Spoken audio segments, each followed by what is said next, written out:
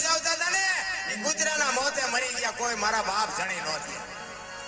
અખિલ બ્રહ્માંડના માલિકને બાપુ એના તપને લઈ અને આવવું પડે અને એમ કે માગ માગ માગ, અને એ હરણાકંસ એક બ્રહ્માજીને પ્રગટ કરીને કહે છે કે તમે જો મને દેવા આવ્યા હોય તો માગું, તો કે આ માગ. એ કે મારું મોત ન થાય એવું કરો, કારણ કે બધાને બીક મરવાની જ લાગે છે, કોઈ મરવું નથી. વાતો બધા કરે છે મોત તો એક દી આવવાનું છે આવવાનું છે, તો ભાગો કા. આ બધા બેઠા છો હમણાં યારું નીકળે છે ફોફાડા મારતો મારતો હમણાં સાંભળવા બેહો તમે, હમણાં કરડી જાત આ કરડવાનો છે એક દી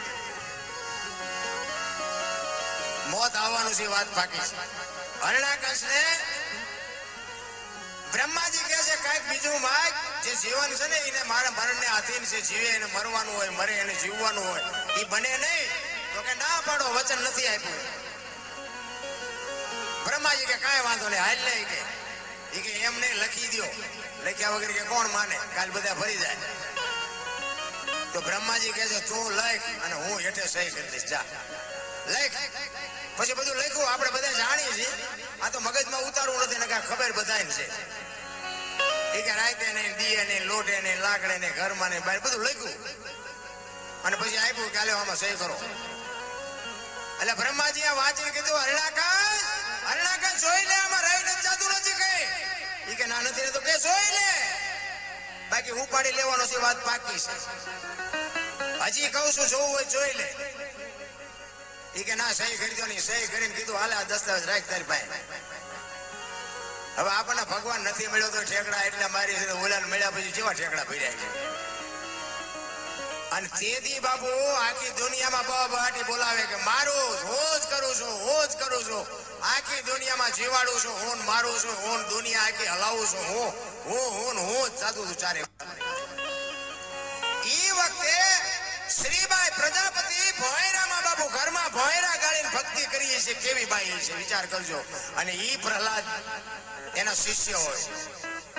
ભક્તિ દિલાવર દેશની લાયા શ્રીબાઈ કુંભાર, પ્રહલાદે જેને પ્રગટ કરીને જપે સારો સંસાર. બાપુ જો આ શ્રીબાઈ કુંભાર આ દુનિયામાં જન્મી ન હોત ને, વાદોસ વાહ આને મોજ આવે. તમને આમાં બેઠા મેં કોઈ મોજ જ નથી આવતી.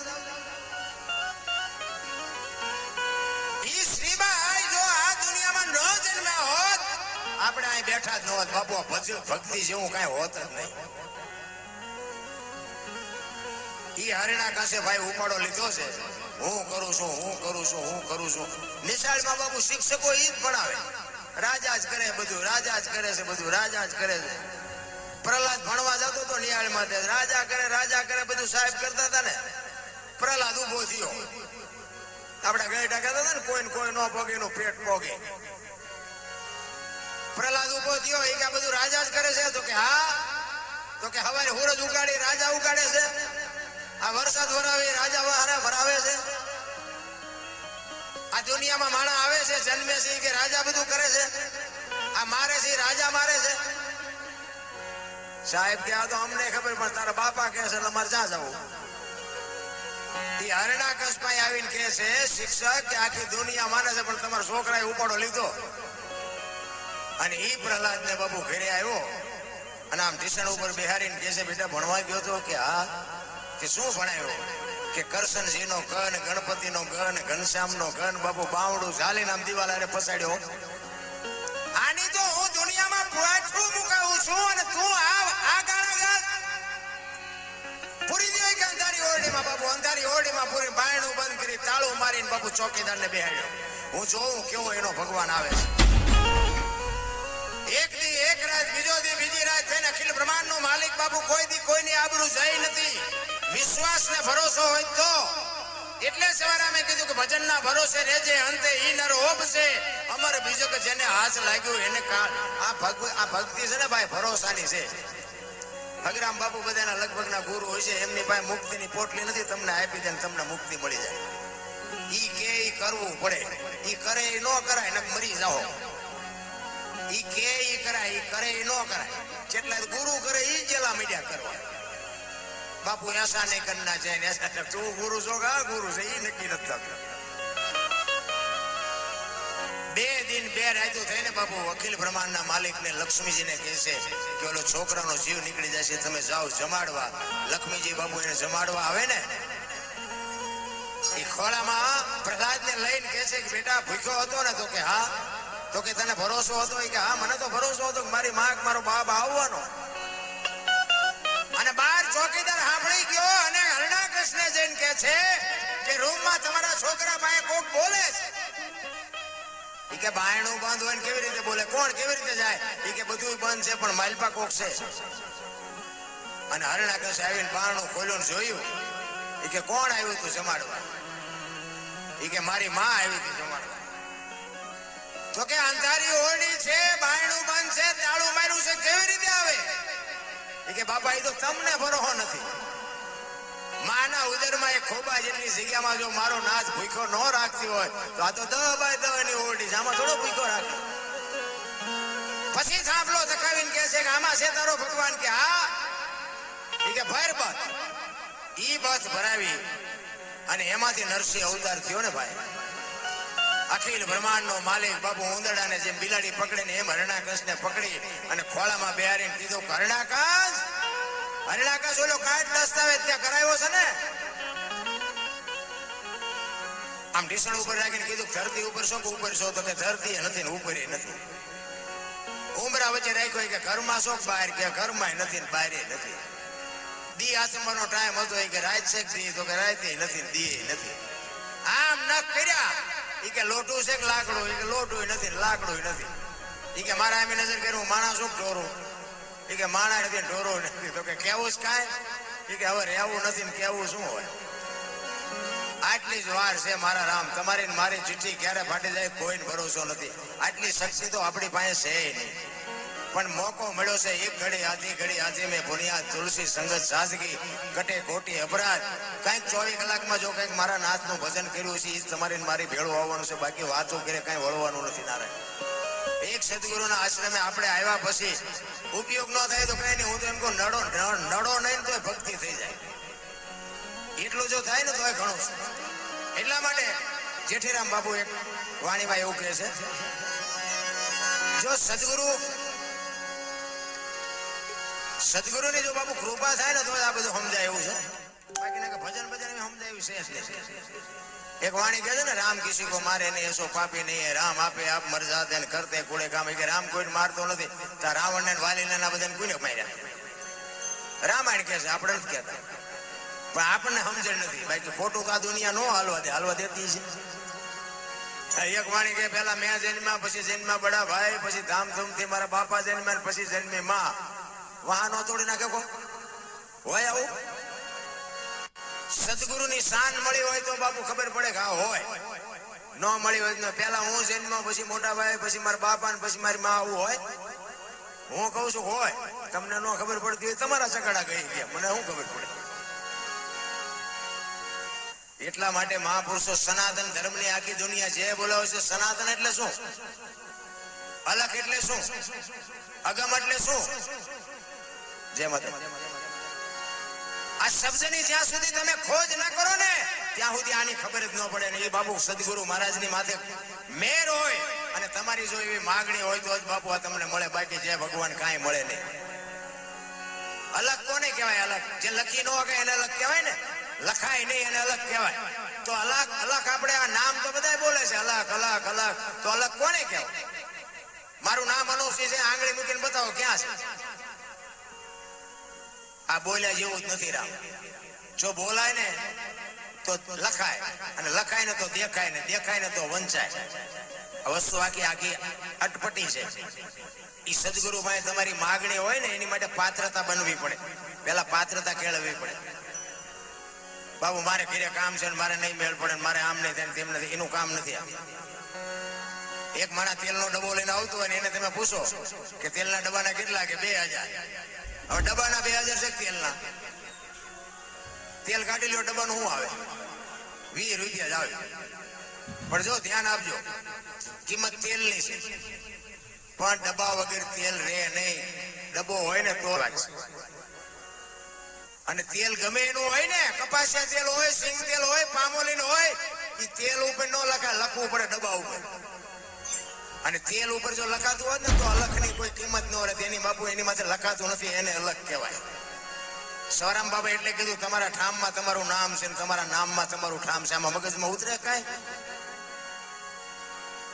સુરતા કોઈ સુગડ સમેટે, સાહેબ ઘટમાં ભેટે, તીરથ વ્રત બહુ કરે, જાય બદરીને ભેટે, પડ્યું અહીંયા ગોતે ને ગોતે, શેટે શેટે આદલ તો અંતરમાં રહેશે, મારા બાપ ભજન કરો તો ભેટે. સંતો કહે છે કે ઈશ્વર આપણામાં છે, પણ આમ શરીરના બાપુ આમ ચીરી ઉપાડીને મને ગોતી દો તો ઈશ્વર આમાં આ કાપીને મારું શરીર કાપીને મને દેખાડો કે આમાં ઈશ્વર દેખાડો મને. છે 100%, 101% છે, પણ કેવી રીતે ગોતો? આમાં કાપો એટલે કઈ છે જ નહીં. આની માટે સદગુરુની શાન જોવે. સદગુરુ જે આપે ને આ દુનિયામાં બાપુ મારો બાપ કોઈ નો આપીએ કે લખવું હોય તો લખી લેજો. આ જેટલા મહાપુરુષોના દુનિયા ગાણા ગાય છે ને એને સદગુરુ એ જ આપ્યું છે. ગોળ બંગાળનો રાજા ગોપીચંદ ને 92 લાખ માળવાનો ધણી બાપુ જલંધર બાપુ નો મળ્યા હોત ને તો કોઈ નાયા ભાઈએ નો ઓળખતું હોય. એમ સદગુરુના શરણે જવાની વાત છે રામ. એટલે જેઠીરામ કહે છે ભજન થયા છે ને બાપુ આ વાતો પડી છે. ઈશ્વરને મેળવવાની બાપુ કેને પીડા કેને છે? વેદના કોને છે? અને વેદના વગર બાપુ મળે નહીં. સાયાજીને કહેજો એટલી મારી વિનંતી બાપુ, એક દાસી ભાવ બતાવે આમાં માથે માથે વેદ અને દેકારો ન કરતા મૂંગા ભાઈ.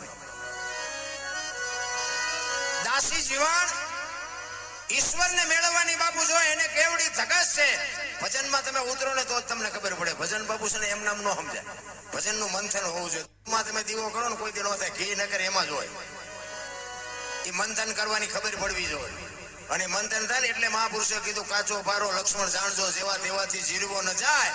પાત્ર છે છોટા ને વસ્તુ છે મોટી, ઠામ વિના નો ઠેરાય. આમાં હો રૂજવ્યું જાય, કર્યાતું જ નથી. કહેવાનો મારો અર્થ એ છે કે જો તમને વેદના ન હોય, જો પીડા ન હોય, આપણે કોઈ પણ ધંધો કરતા હોય એમાં આપણો પ્રેમ હોય કે આપણે ખેતી કરવી છે, આપણે ઢોર રાખવા છે, આપણે કારખાનું કરવું છે, આપણે નોકરી કરવી છે, જે કરવું હોય એના પ્રત્યેનો તમને મને પ્રેમ હોય ને તો જ બાપુ ન્યા પરમેશ્વર કંઈક તમને મને આપતો હોય છે. પ્રેમ ને વાંચા હોત તો જગત જોગી બની જાત, હલકે ને હિમાલય જાત, પછી ભગવા ફેરી ભુદરા. પ્રેમ છે ને એ ટેક્શન નો મંત્ર છે. હું તો એમ કહું છું કે તમે એક પ્રેમ કરતા શીખી જાઓ. જાનવર હારે પ્રેમ કરો, માણસ હારે પ્રેમ કરો, ઝાડ પાન વનસ્પતિ હારે પ્રેમ કરો, વાહન હારે પ્રેમ કરો. પ્રેમ કરો ને ત્યાં પરમેશ્વરને સાક્ષાત રહેવું પડે ભલામણ. પણ સ્વાર્થ હોય તો પ્રેમ ને પછી વેમ એ હાલ્યું. એમ નથી બાપુ. છે ખુદી પ્રેમ ટકી રહેવો જોઈએ. મારો કહેવાનો અર્થ એ છે એક બાપુ પ્રત્યેનો પ્રેમ હોય અને તમે દર બીજે આવતા હોય તો એક તમને ખેંચી લાવતો હોય. અને એવો ને એવો સતત પ્રેમ જો તમારો ટકી રહે ને.